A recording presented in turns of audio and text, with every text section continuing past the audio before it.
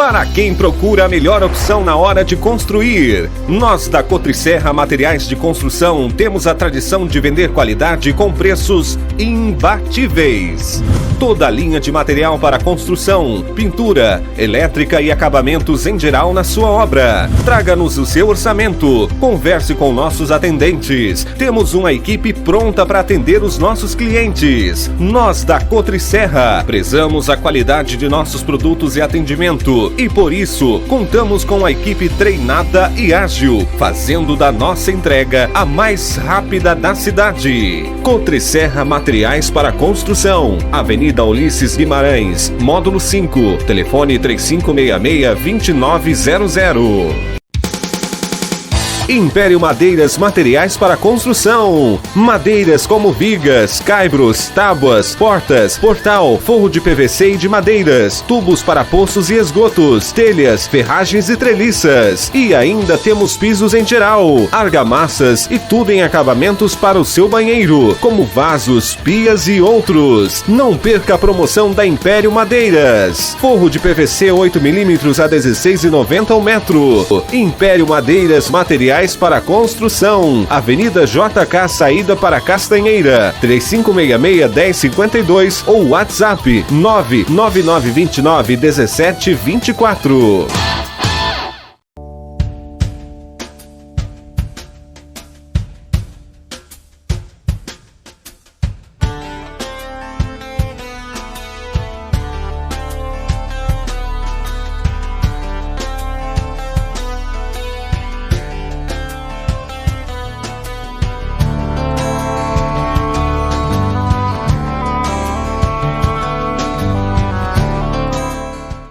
Olá, esse é mais um programa Psico na TV, uma iniciativa do curso de Psicologia da AGES. Estamos aqui hoje com o professor Fábio Bernardo da Silva, formador do Cefapro. Muito obrigada, professor Fábio, pela sua presença. E hoje também temos aqui Mayra e Dalila, as duas acadêmicas do curso de Psicologia da AGES. O nosso tema de hoje é tecnologias da aprendizagem. E eu vou começar perguntando para o professor. Professor, o que são tecnologias da aprendizagem? Muito obrigado, professora Marileide, pelo convite. Me sinto bastante honrado em participar desse momento. Tudo que nós utilizamos de maneira instrumental, nós podemos caracterizar como tecnologia. Um exemplo de tecnologias na educação seria o quadril giz. O que diferencia é que ela é uma tecnologia não digital. E, como nós temos na atualidade as tecnologias digitais, as mais diversas, os tablets, os celulares, os computadores, enfim, né? Essas são caracterizadas como tecnologias digitais e podem ser utilizadas na aprendizagem. E como que as tecnologias digitais e as não digitais, elas influenciam no processo de aprendizagem do aluno? As pesquisas, elas indicam, né, que a nossa geração está imersa em um mundo tecnológico. O que isso significa? Significa que os nossos nativos digitais, como define Prensky, né, eles têm uma vivência desde o seu nascimento, essa imersão nas tecnologias. Isso faz com que ele tenha uma facilidade muito grande de manusear essas tecnologias. Logo, a gente pode observar que algumas crianças conseguem manusear um celular ou um tablet de maneira muito mais fácil ou tranquila do que um adulto. Isso é porque ela é um nativo digital, ela é uma criança, ela está imersa nesse meio tecnológico. Obviamente, quando eu tenho uma imersão em um meio, é muito mais fácil aprender, né? E eu vou usar um exemplo de que Prensky coloca nessa definição de nativo digital. Imigrante, né? Os adultos desta geração são imigrantes nas tecnologias. E nós temos alguns resquícios de imigrante. Quando, por exemplo, nós imprimimos um e-mail para ler. Quando, por exemplo, nós fazemos uma ligação após mandar uma mensagem, seja por e-mail ou WhatsApp, para confirmar se a pessoa recebeu. E Prensky diz que isso é requisitos, né? É como se fossem os traços de uma pessoa que está em uma outra nação. A gente vai falar, só que a gente vai ter um sotaque, né? Obviamente, o nativo ele não tem essa dificuldade, né? Uma situação interessante para a gente colocar nesse contexto é que Por exemplo, as pessoas, às vezes, os adultos, né, eles não mandam um link. Ele vai lá e mostra a página, né? Onde a nossa geração ela já manda o link. Né? Então, tem uma notícia, ela manda o link. Ela não precisa mostrar a página, não precisa chamar alguém para vir à frente da tela para verificar. Esse processo de imersão faz com que o sujeito ele possa se apropriar dos conhecimentos com mais facilidade. É óbvio que para isso tem que haver um direcionamento por parte do educador, quando a gente pensa nesse contexto educacional.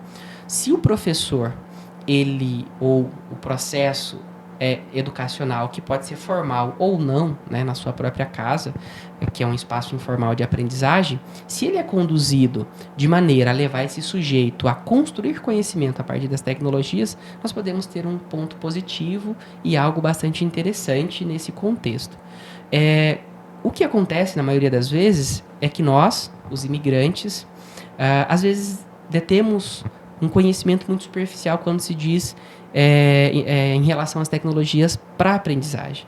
E às vezes a gente acha que a aprendizagem é somente ele assistir um vídeo, é somente assistir ou fazer alguma atividade quase que mecânica mais digitalizada.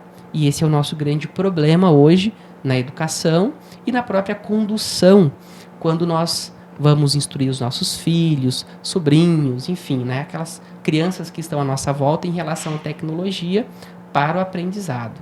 Esse é o grande desafio que nós encontramos, tanto quanto professores, né, como pais, porque também os pais falta, de certa maneira, e eu me coloco nesse mesmo conjunto, um certo conhecimento para instruir esse sujeito a construir o seu conhecimento a partir das tecnologias. Né? É importante e relevante ressaltarmos que as tecnologias elas têm o seu lado positivo nesse contexto e também os seus lados negativos. A exposição a informações, por exemplo, de forma massiva, pode não ser uma coisa boa, né, para uma criança, para um adolescente. Então, há necessidade de se ter um discernimento a respeito da exposição da criança, do adolescente, né, a essas tecnologias e a essas informações, necessariamente a essa enxurrada de informações que hoje as mídias digitais nos possibilitam. Com relação a essas tecnologias da aprendizagem, quais as metodologias mais indicadas ao educador para que ele trabalhe de forma efetiva em sala de aula? Perfeito. Eu não vou passar uma receita, porque seria muito pretensioso de minha parte dizer que há uma coisa melhor ou pior em relação a isso. Então, eu vou dizer com base em algumas bibliografias e algumas leituras que, na atualidade, se discute bastante as metodologias ativas. Né? Então, a forma correta seria colocar esse sujeito como protagonista da construção do seu saber. Há outras formas que podem ser exitosas, mas nós não podemos aqui falar assim, olha, essa é melhor ou essa é pior, porque quando nós falamos de educação, nós temos que levar em consideração o local e o espaço, né?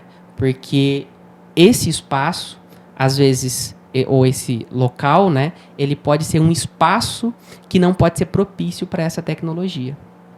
Ele pode ser um espaço, e aí nós podemos pegar a realidade da nossa região. Nós trabalhamos com formação de professores e nós visitamos várias cidades do entorno. Se eu falar, por exemplo, para uma escola de um distrito utilizar o Classroom como uma sala de aula virtual, né? O Classroom, que é exitoso, que é muito bom, que ela vai conseguir. Mas lá, o que chega de internet a ela é muito pouco, é insuficiente. É uma metodologia válida, interessante, só que neste contexto, neste espaço e neste local, ela não se encaixa. Então, ela não vai se tornar exitosa. Então, o risco muito grande de se dizer o que é bom e o que é ruim no contexto da utilização da tecnologia refere-se a esses locais e esses espaços, né? E a forma como se discute esse espaço, a partir dessa definição de espaço, é o que se discute a partir daí. Se eu tenho um professor imerso nas tecnologias, conhecedor do que está fazendo, né, que tem uma propriedade naquilo que ele está fazendo em relação às tecnologias na sala de aula, esse espaço é propício. Então, seria interessante, ele pode trabalhar de maneira ativa ali com os alunos, propondo situações de ensino que facilite, né, ou que proporcione uma apropriação do conhecimento.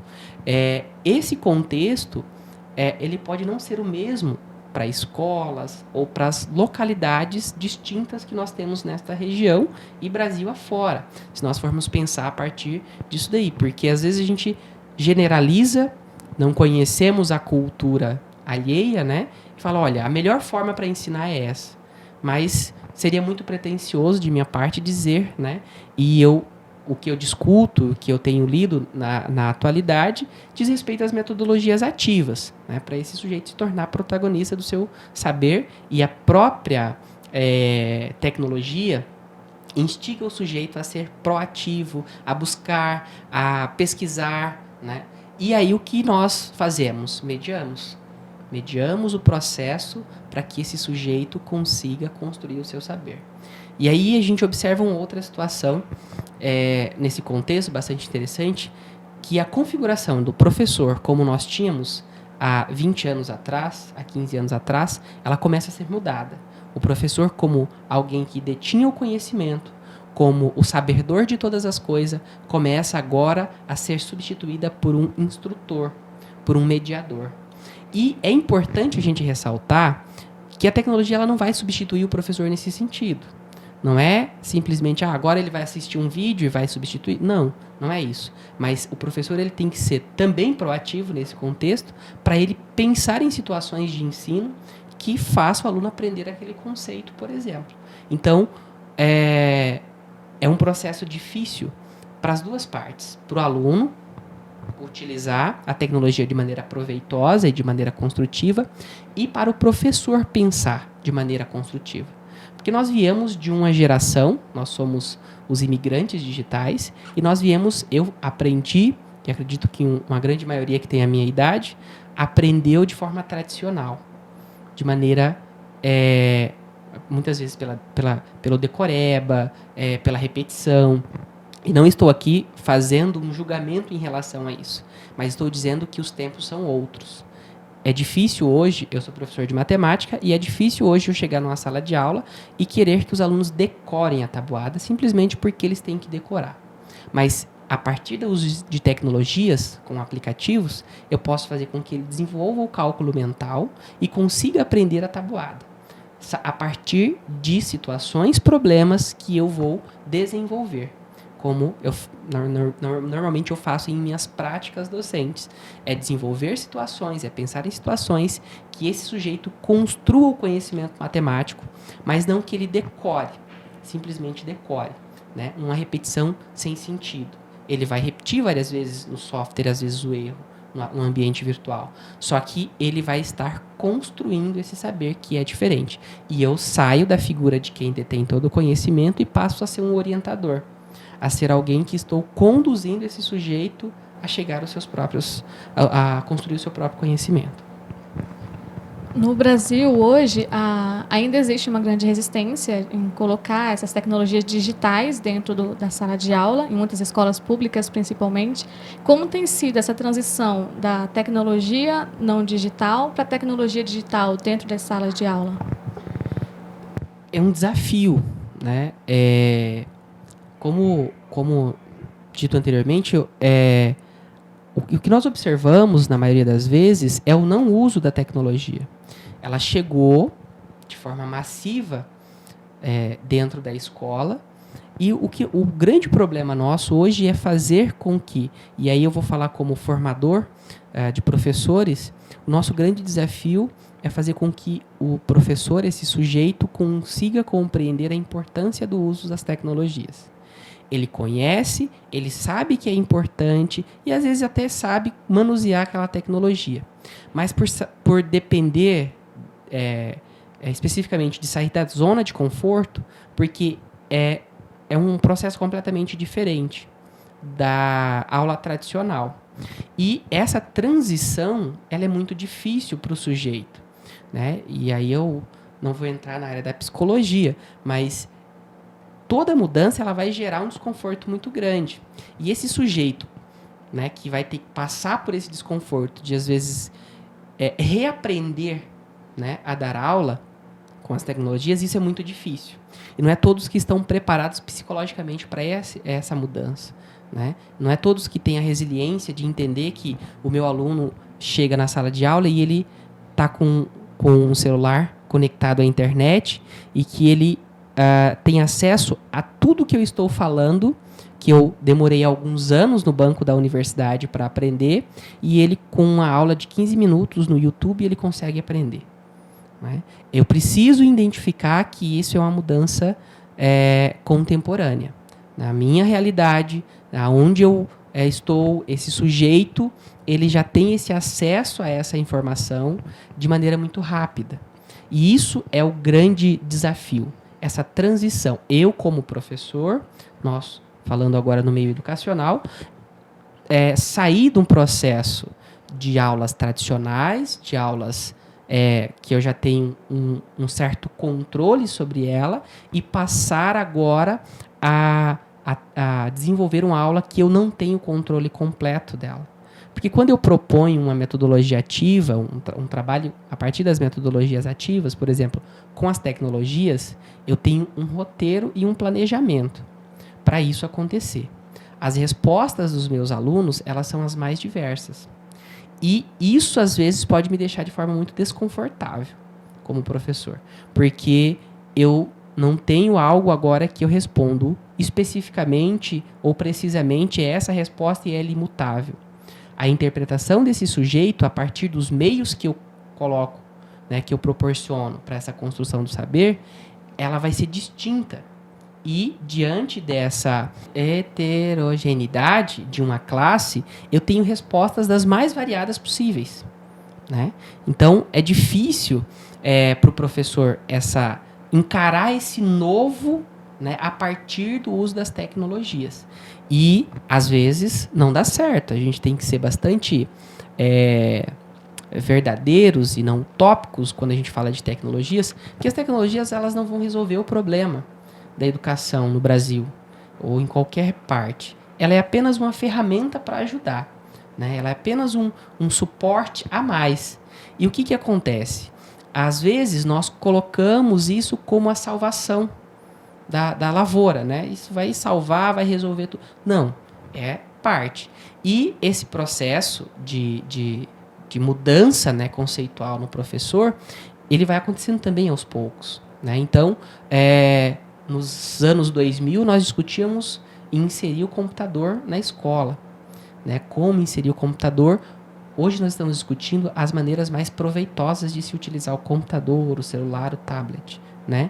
E daqui a pouco a gente vai ter isso de maneira mais, digamos assim, mais aceitável, porque nós temos uma geração que está tendo um contato maior com essas tecnologias, né? Que estão sendo os nativos digitais, que logo estão nas salas de aula sendo professores e não mais alunos, a partir dessa imersão na tecnologia. E isso, obviamente, vai facilitar esse processo, né, dessa transição. As escolas, eu posso considerar, e aí eu faço uma consideração pessoal, que elas têm um certo aparato tecnológico, inclusive as escolas públicas. Elas detêm tablets, elas têm computadores, notebooks, lousas digitais. O que falta ainda é esse processo de transição da parte do professor. E, pelos vários motivos, ele não utiliza. Pela deficiência na sua formação, por não ter uma série de subsídios em relação a certas questões e também por ser difícil de utilizar. Então ele está nessa zona de conforto e às vezes alguns, né, não vão conseguir sair disso, não vão ter essa aptidão para trabalhar com as tecnologias digitais.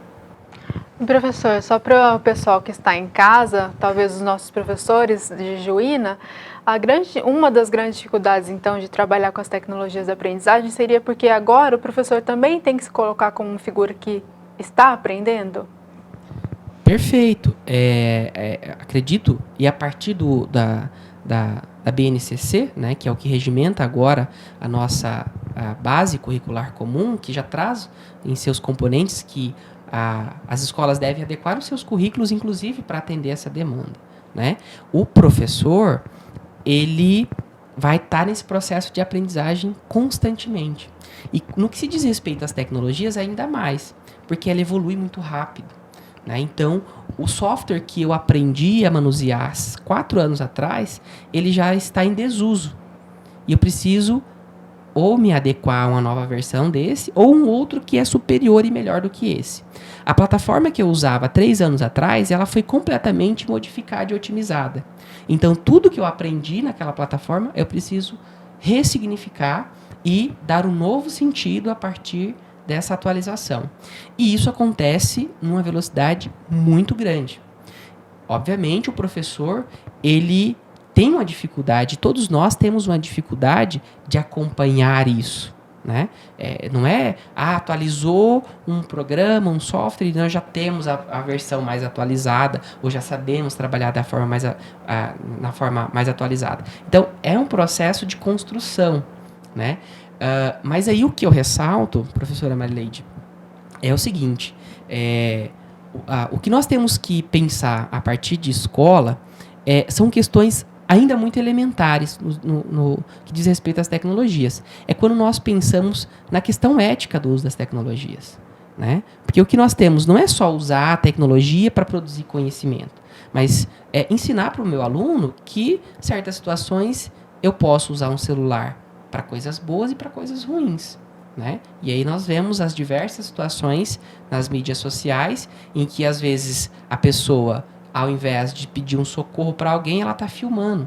É uma questão ética. É uma questão que nós precisamos trabalhar no nosso sujeito. É preciso levar ele a essa consciência. Ele também não sabe usar isso, né?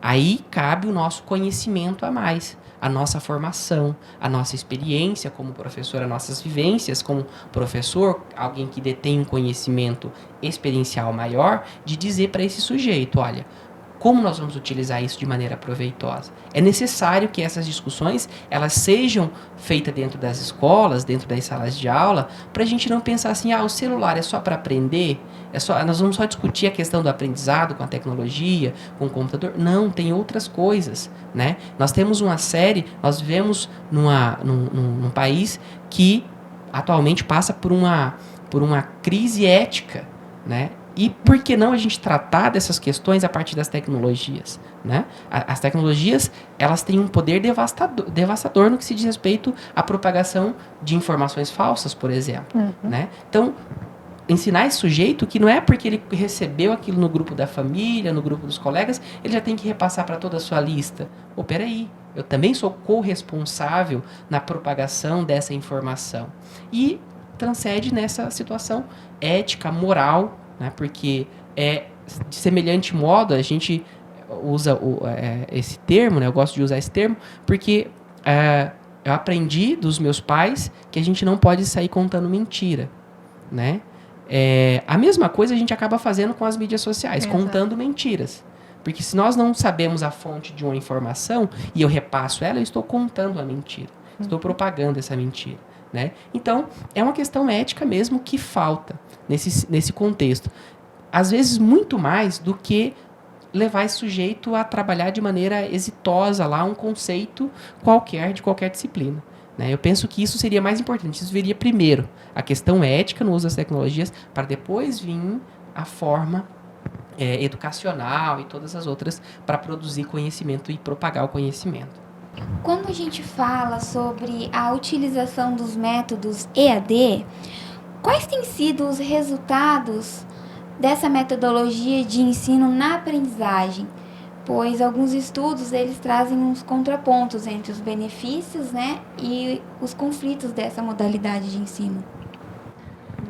A metodologia EAD, né, ou a modalidade, se assim podemos colocar, essa modalidade, a gente tem que pensar o seguinte: quando a gente pensa em EAD, normalmente a gente relaciona isso a tecnologias digitais, né? Na verdade, ela foi otimizada como todo o processo que nós temos. Ela acontecia com os cursos por correspondência, na década de 70, né? E antes disso, na verdade, começa lá em 40. Acontecia por correspondência. E aí, mais uma vez, nós temos uma situação onde nós temos o local e o espaço para acontecer a aprendizagem. E quando a gente fala em educação à distância, a gente tem que levar em consideração esse contexto. Por que eu digo que a gente tem que levar em consideração esse contexto? Nós podemos fazer um bom curso à distância ou nós podemos burlar o sistema e simplesmente adquirir o certificado. Então, depende sim da questão ética do sujeito, primeiramente, e ela é uma prática exitosa, aí nós temos uma diversidade de pessoas. Há pessoas que não vai ter uma habilidade ou uma aptidão para ser autodidata, que é o principal para estudar à distância. Então, se eu não consigo ter uma autodisciplina suficiente para dedicar parte do meu dia para estudar, esse método, né, essa modalidade, ela não vai ser exitosa. E aí é onde entram os contrapontos, né, como tu colocaste nas pesquisas. As pesquisas, elas dizem, né, que há uma situação do formado na educação à distância, que às vezes não consegue as notas do ENAD, que é o principal exame, né, que mensura isso, mas o que nós temos que levar em consideração é que há essa diversidade no público, né? E aí seria pretensioso ou não seria inteligente fazer um julgamento e dizer que a metodologia à distância ela é boa ou ela é ruim, porque vai depender especificamente do meu público, porque se o meu público é um público que tem interesse, que vai realmente buscar essa formação, ela será exitosa. Nós temos vários casos de formação à distância que aconteceu há alguns anos aqui no estado, por exemplo, proporcionado pela Universidade Federal de Mato Grosso com os cursos de pedagogia, né? Onde proporcionou a formação à distância e tinha todo um sistema, e nós não tínhamos as tecnologias que nós temos hoje. Na década de 90 e nos inícios dos anos 2000, a gente não tinha isso. Nós não tínhamos acesso livremente à internet, a banda era muito restrita, enfim. E aconteceu de forma exitosa esses cursos, porque a maioria desses profissionais, eles estão, para não dizer 90%, estão em atuação, né? Eles conseguiram aprovação em concurso, enfim, estão exercendo essa situação. Afirmar a qualidade de qualquer formação à distância, seria necessária uma pesquisa muito mais aprofundada para dizer se isso tem uma qualidade ou não. E aí eu não saberia te dizer isso no momento, porque eu estaria fazendo uma afirmação empírica, né, nesse contexto da qualidade da educação à distância. Mas o que a gente tem lido a respeito da educação à distância e dos pontos positivos e negativos são mais ou menos estes, né? Uma das situações que nós podemos levar e que eu considero muito positivo na educação à distância é a democratização do acesso ao conhecimento, né? Nós tínhamos há um tempo atrás a dificuldade de ter o acesso ao conhecimento. A qualquer curso superior, por exemplo, nós tínhamos uma restrição pelas diversas situações históricas e sociais que o nosso país vive. Com a evolução da educação à distância, nós temos isso de maneira mais democrática, se assim podemos caracterizar. Isso é um ponto positivo. E eu vou puxar mais uma vez para a questão da minha vivência, né? Estou vivenciando na atualidade o trabalho com formação de professores. E a minha grande preocupação, quando a gente pensa em formação de professores, é o professor que está a 700 quilômetros de nós aqui do Polo, do Cefapro aqui de Juína, por exemplo. Como atingir esse professor e levar a ele uma formação, uma atualização, se às vezes nós não conseguimos nos deslocar até lá, né? E aí eu vejo que a educação à distância, ela seria uma baita ferramenta no sentido de proporcionar um acesso a esse sujeito a uma atualização, a uma formação. Esse seria o ponto que eu acredito que a educação à distância ela precisa transcender.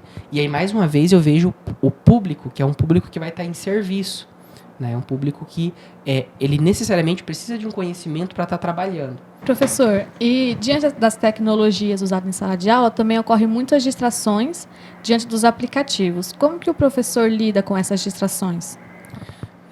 A situação, né, seria a objetividade, né? Ter um planejamento muito bem definido, muito bem claro do que se vai utilizar, e algumas situações ela foge ao controle realmente, É onde o professor ele necessita ter uma certa resiliência e retomar alguns conceitos, né?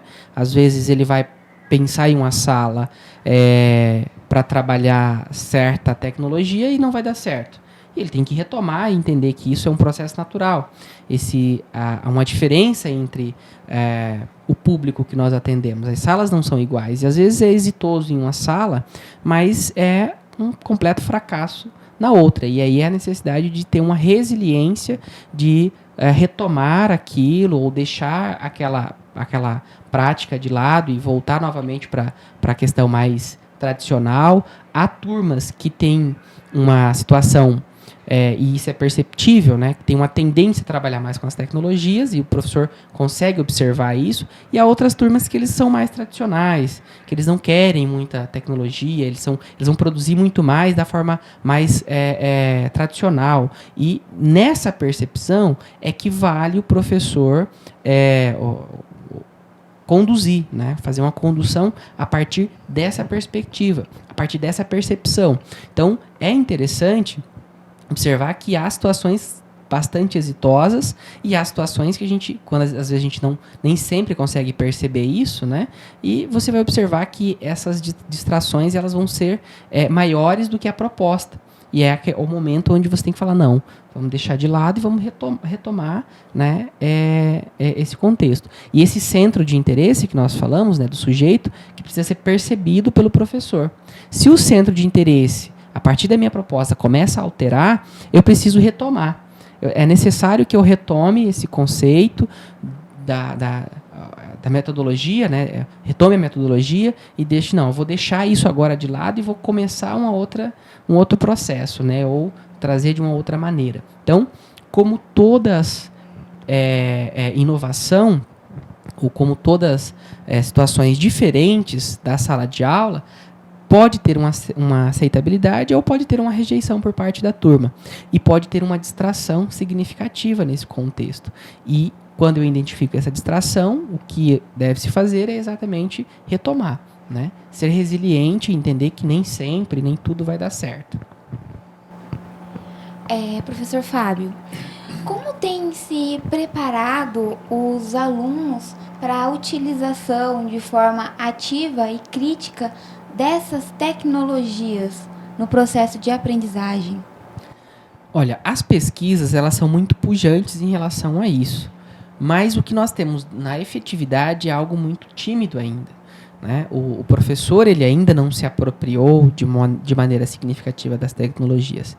Ele até utiliza as tecnologias, ele tem as mídias sociais, ele tem os celulares e tablets e tudo mais, mas nem sempre ele consegue utilizar isso de maneira educacional, né?